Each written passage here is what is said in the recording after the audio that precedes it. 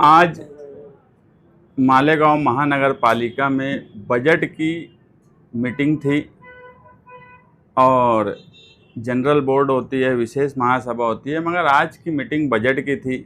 वो सबसे अहम मीटिंग थी।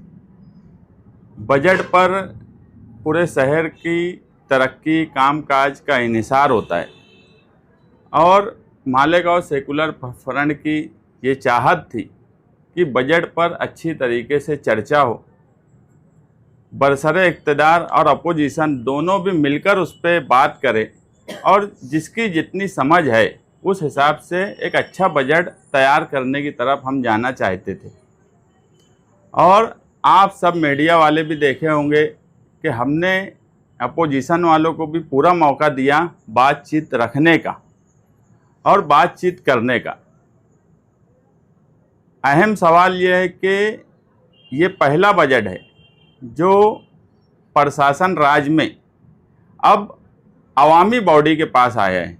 पिछला 3 बजट जो प्रशासक के नेतृत्व में पेश किया जाता था और वही बजट मंजूर करते थे, और वो 3 सालों में शहर ने क्या खोया क्या पाया ये भी हमारे सामने है। इसलिए ये बजट हमारे लिए बहुत अहम है और इसी पर शहर की तरक्की का इन्हिसार है। बाकी मीटिंगें होती रहेंगी, बाकी सवालात आते रहेंगे, उस पर चर्चा होती रहेंगी, मगर इतनी अहम मीटिंग में अपोजिशन का जो किरदार है वो मायूस कुन रहा। एक सवाल एकदम सीधा सा था कि प्रशासन राज में बजट आया, हॉल में बजट पेश किया गया महासभा में, उस पर अच्छी तरीके से बातचीत होना चाहिए थी और प्रशासन से सवालात पूछना ये बरसरे इक़्तिदार का भी हक था और अपोजिशन का भी हक था। और हमने वही कोशिश की। जब कमिश्नर साहब ने बजट दिया और बजट पढ़कर उसके कुछ पहलू सुनाए तो उसमें एक अहम बात ये थी कि 132 करोड़ रुपया बैंक से कर्ज लेना, ये कहीं ना कहीं मालेगांव शहरियान के लिए फ़िक्र की बात थी। हम जो लोग चुन के आए हैं 84 कारपोरेटर्स, उनके लिए भी फ़िक्र की बात है कि आज तक कारपोरेशन ने बैंक से कर्ज नहीं लिया। ऐसे हालात पीछे आए कि टीचर्स की पगार के सवालात आए तो सरकार से उधार या लोन लेना पड़ा, मगर वो सरकार से लिया गया, बैंक से कर्ज कभी नहीं लिया गया। और इतनी बड़ी रकम क्यों ली जा रही है, ये मैंने सवाल पूछा प्रशासन से कि इतनी बड़ी रकम लेंगे तो ये नौबत हमें क्यों आई।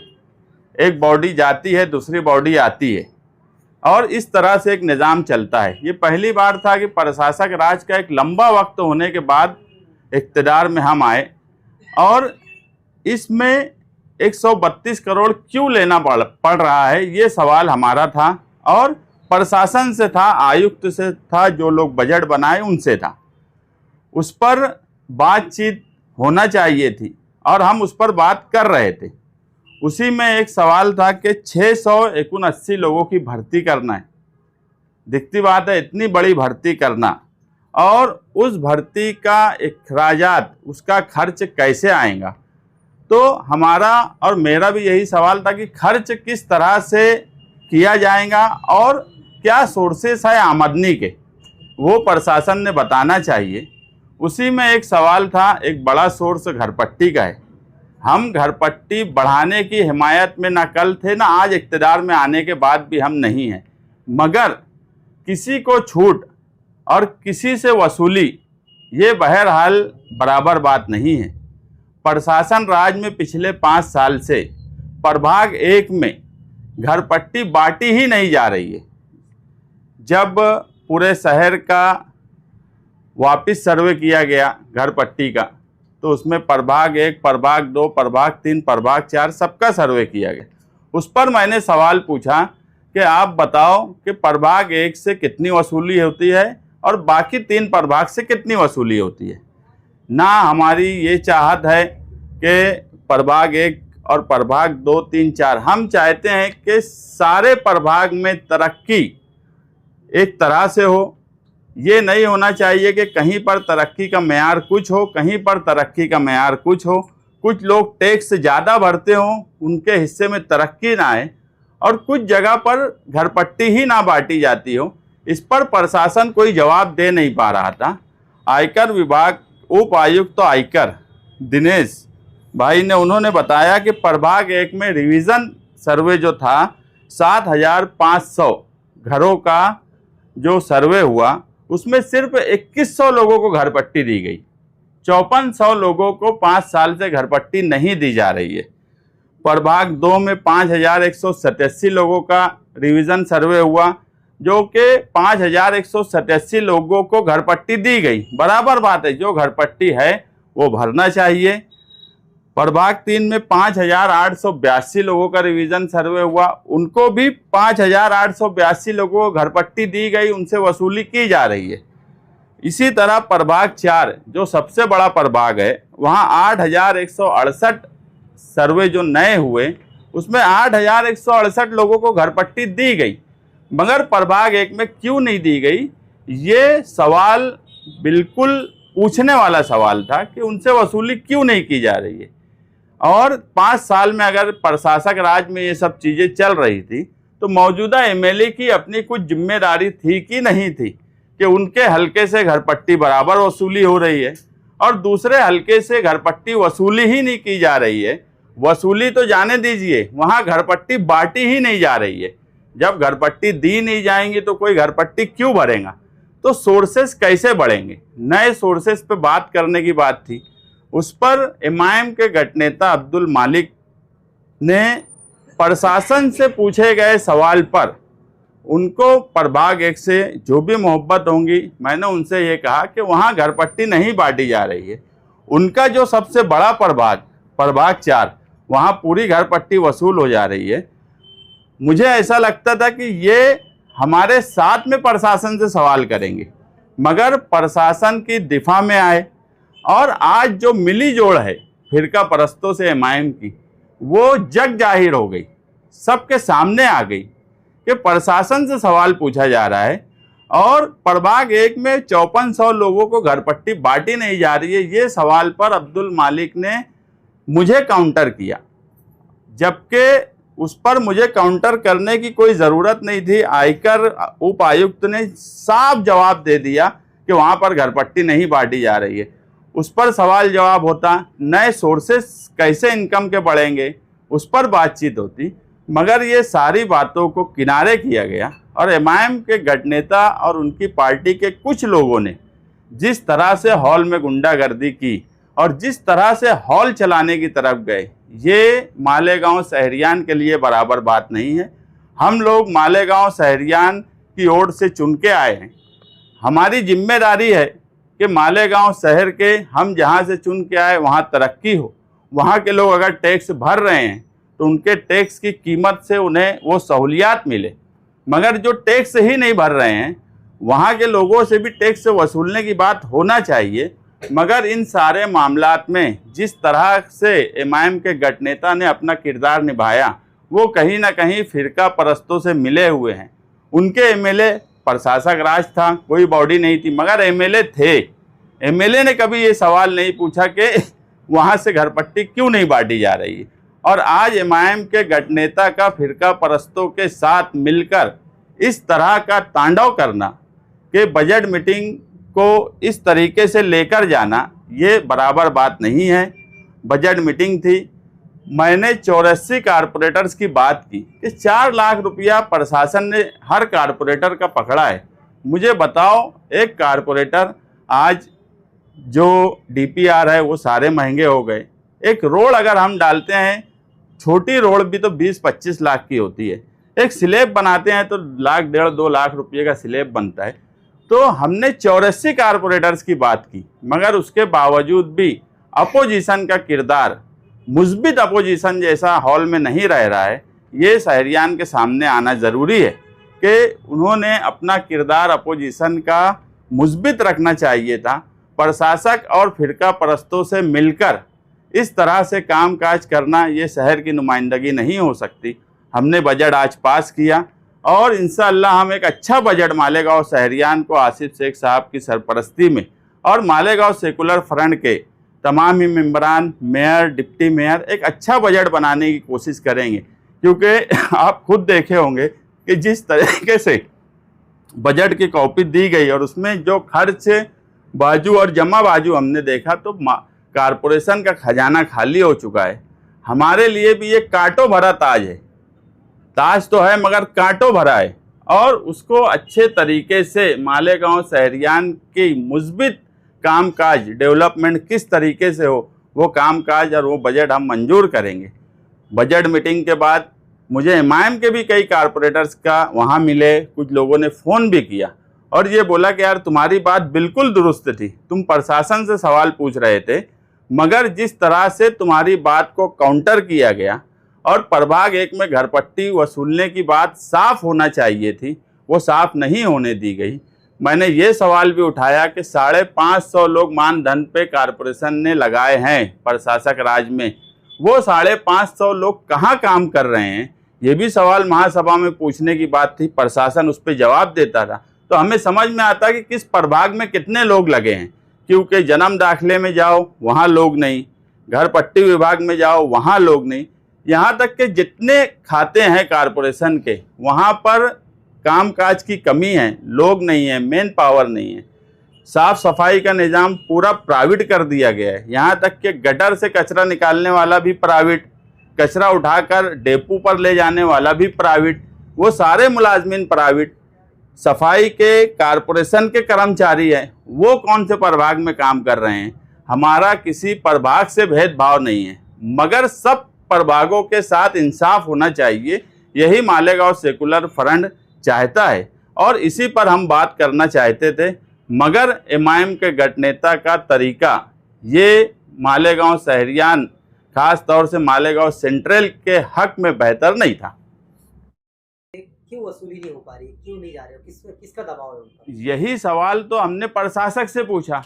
अगर गठनेता एमआईएम के अब्दुल मालिक उस सवाल पर काउंटर नहीं करते तो आयुक्त को उस पर जवाब देना पड़ता। उन्होंने क्यों प्रशासन को बचाया, वो क्या चाहते थे, ये वही जानते हैं। ये सवाल उनसे पूछना चाहिए कि एकदम साफ जवाब था। और प्रशासन का एक आदमी उप आयुक्त कर जब ये बोल रहा है कि 5100 लोगों को घर पट्टी नहीं बांटी गई है वहाँ, तो उस पर आयुक्त का जवाब लेने के बजाय एमआईएम के गठनेता ने जिस तरह से दफा किया, ये कहीं ना कहीं फिरका परस्तों से मिली जोड़ थी। सोशल मीडिया पर अब ये भी चल रहा है कि अब्दुल मालिक मेयर बढ़ती हुई घरपट्टी के खिलाफ बोल रहे थे और इस्लाम पार्टी के कारपोरेटर ने गुंडागर्दी। सोशल मीडिया पे क्या चल रहा है ये अहम सवाल नहीं है। आप सब लोग महासभा में थे, महासभा में ये बात बताओ कि ये सच है क्या। प्रभाग 1 के ही सवाल पे वो मुझे काउंटर किए। मैंने कोई गलत सवाल पूछा क्या कि प्रभाग 1 में 5100 लोगों से घरपट्टी क्यों बांटी नहीं जा रही है, वसूलने की बात तो बाद में आती।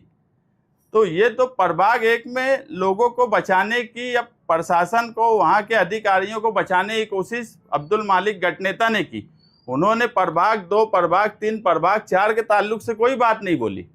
वो क्या चाहते थे ये उनको ही मालूम। मगर कुल मिला के जो बात समझ में आती है कि फिरका परस्तों से मिली जोड़ करके अगर हॉल वो चलाना चाहते हैं तो क्लियर बोल दें कि हम फिरका परस्तों के साथ हैं।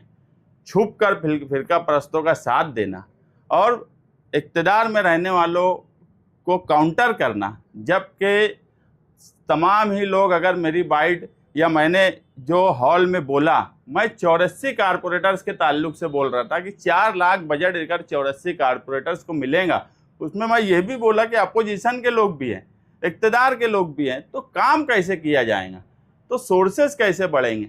एक अच्छे माहौल में मीटिंग करने के बजाय जिस तरह से गुंडागर्दी की जा रही है, ये तरीका सही नहीं है। सोशल मीडिया पे कौन क्या बोलता है वो जाने दो, सबकी आंख खुली है, सबके कान सुन रहे हैं, सब देख रहे हैं। आप सारी मीडिया वहाँ मौजूद थी कि किस सवाल पे अब्दुल मालिक ने काउंटर किया। सोशल मीडिया पे आप दोनों पे तनकीद है, आप एमआईएम पे, इस्लाम पार्टी पे भी तनकीद होगी कि इस तरह से अगर चलेगा तो तरक्की शहर की कैसे होगी, शहर के मसाइल पे गुफ्तगू कम होगी।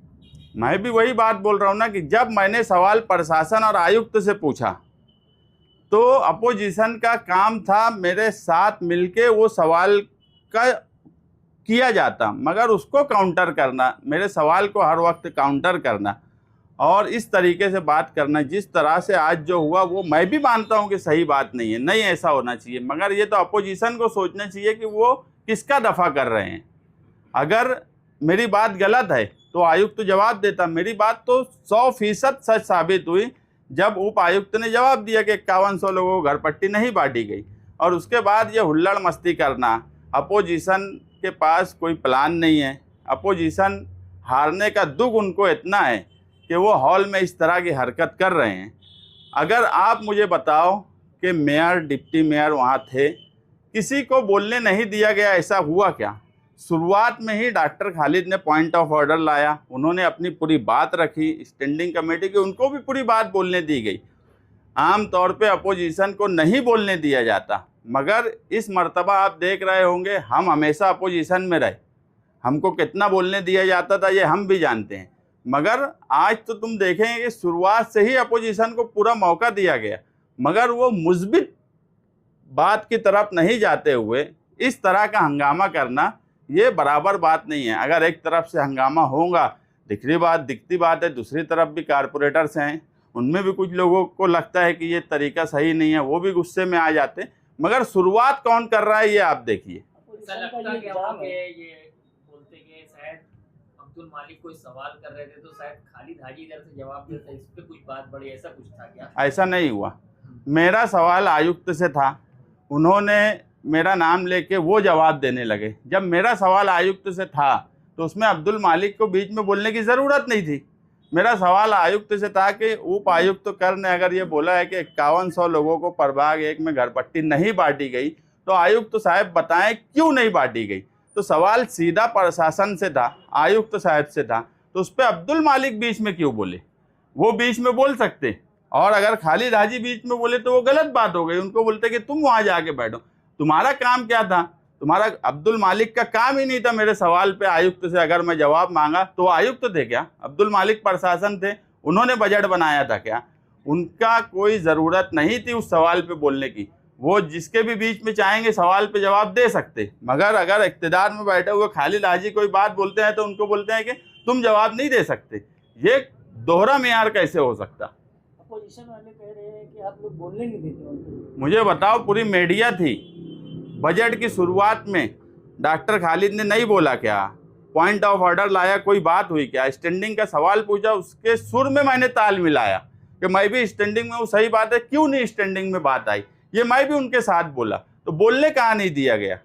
अगर बोलने नहीं दिया जाता तो डॉक्टर खालिद को शुरुआत में ही नहीं बोलने दिया जाता। मीटिंग की शुरुआत ही अपोजिशन के एक आदमी ने अपनी बात रखी, उस पर आयुक्त ने जवाब दिया, पॉइंट ऑफ ऑर्डर आया, मेयर ने पॉइंट ऑफ ऑर्डर पे जवाब दिया, तो बोलने कैसे नहीं दिया जा रहा? हर तरीके से हम अव्वल दिन से हमारी ये कोशिश है कि सबको साथ लेकर चले और सबको हॉल में बोलने का मौका दिया जाए। मगर बोलने का मौका देने का ये मतलब नहीं है कि तुम जो चाहो, किसी को भी चाहो, कुछ भी बोलेंगे, और कोई दूसरा बोलता है तो उसको बोलते हैं कि तुम वहाँ जाके बोलो। जब आयुक्त से सवाल था तो अब्दुल मालिक आयुक्त थे क्या जो बीच में आके जवाब दे रहे थे? मुस्तकीम भाई, आपने महासभा जब कहा कि प्रशासक राज में पूरा खजाना खाली कर दिया गया है, अब किस तरीके से शहर की तामीर और तरक्की के लिए खजाना उपलब्ध किया जाए?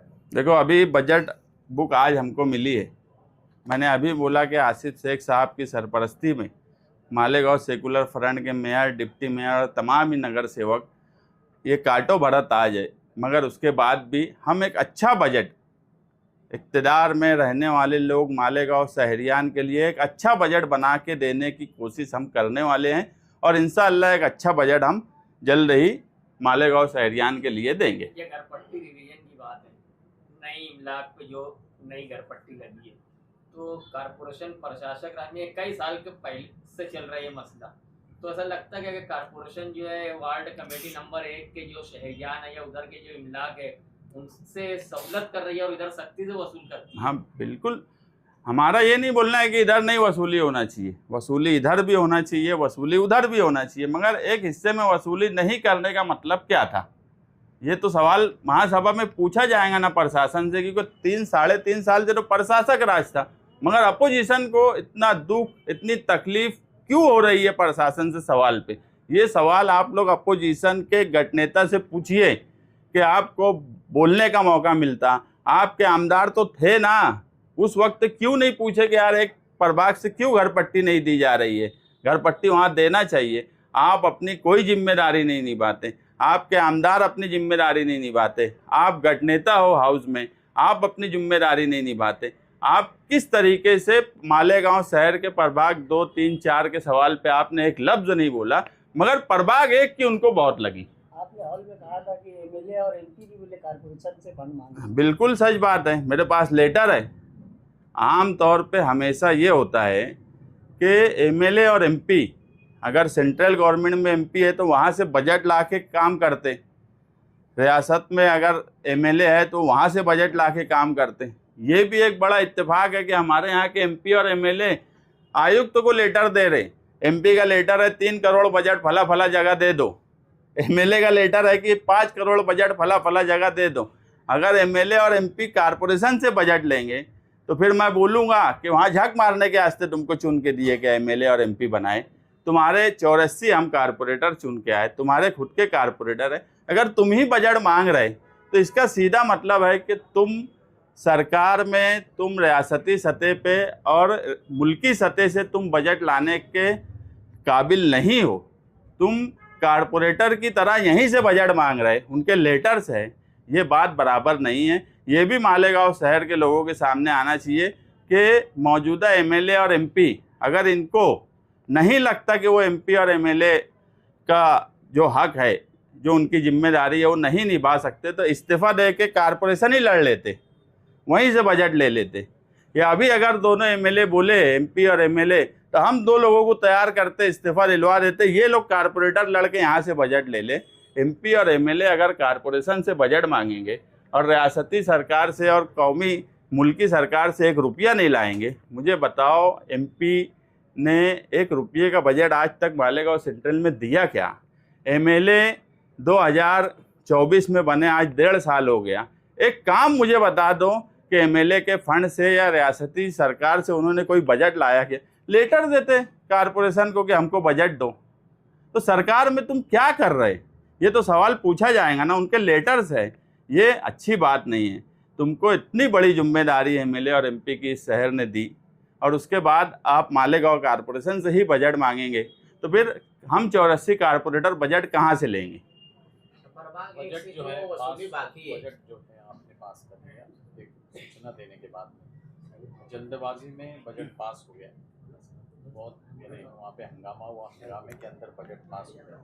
इसका फायदा होगा या नुकसान होगा, या आप उसमें तरमीम जिस तरह से किए होंगे वो आप कर लेंगे? नहीं, देखिए, अगर अपोजिशन अपना किरदार जिस तरह से अदा की इस तरह से नहीं करती तो बजट पे पूरी चर्चा हम करने वाले थे।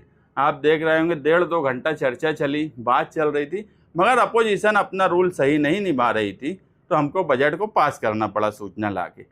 हम चाहते थे कि अपोजिशन का भी कोई आदमी अच्छी राय दे दे जिसको हम बजट में शामिल कर सकें। हम ये हमेशा मानते हैं कि हम ही बहुत काबिल है, ऐसा नहीं है। अपोजिशन में भी हैं, शिवसेना के लोग आए, बीजेपी के हैं, एमआईएम के हैं, इनकी तरफ से भी कोई अच्छी राय आ सकती है, वो लेना चाहिए। मगर वो कोई राय देने के बजाय सिर्फ बदनज़मी करना चाह रहे थे, इसलिए बजट को पास किया गया। नहीं तो हो सकता आज की बजट मीटिंग चलती, उसके बाद और किसी दिन बजट मीटिंग की तैयारी थी हमारी, मगर उनकी हंगामा आराई की वजह से हमने बजट पास किया। मगर मालेगांव शहरियान इत्मीनान रखे, हम एक अच्छा बजट पेश करेंगे। में ये बात हुई है तो दिखती बात है, अब पूरे शहर के सामने जब बात आई है तो अब तो हर हाल में वसूली करना पड़ेगा। कम से कम घर पट्टी बांटना तो पड़ेगा, घर पट्टी तो बांटना चाहिए ना। जब है घर पट्टी, जब तुम ये मालेगांव सेंट्रल से पूरी तुबा कॉस्मेटिक कंप्लीट स्किन सॉल्यूशन आपके लिए लाया है धूप से बचाने वाली डे क्रीम, सौंले चेहरे को गोरा करने वाली नाइट क्रीम, फुंसियों के लिए TC skin cleaner and serum, सर्दी में जिल्दों को ताजा रखने वाला मॉइस्चराइजर, 7 दिनों में गोरा करने वाली क्रीम, आंखों के नीचे कालापन को दूर करने वाला टीसी डार्क वे सीरम, हाथ और गर्दन का कालापन दूर करने वाला साबुन। हमारा पता याद रखें, कुसुम्बा रोड, औलिया मस्जिद के सामने, तुबा कॉस्मेटिक कंप्लीट स्किन सॉल्यूशन।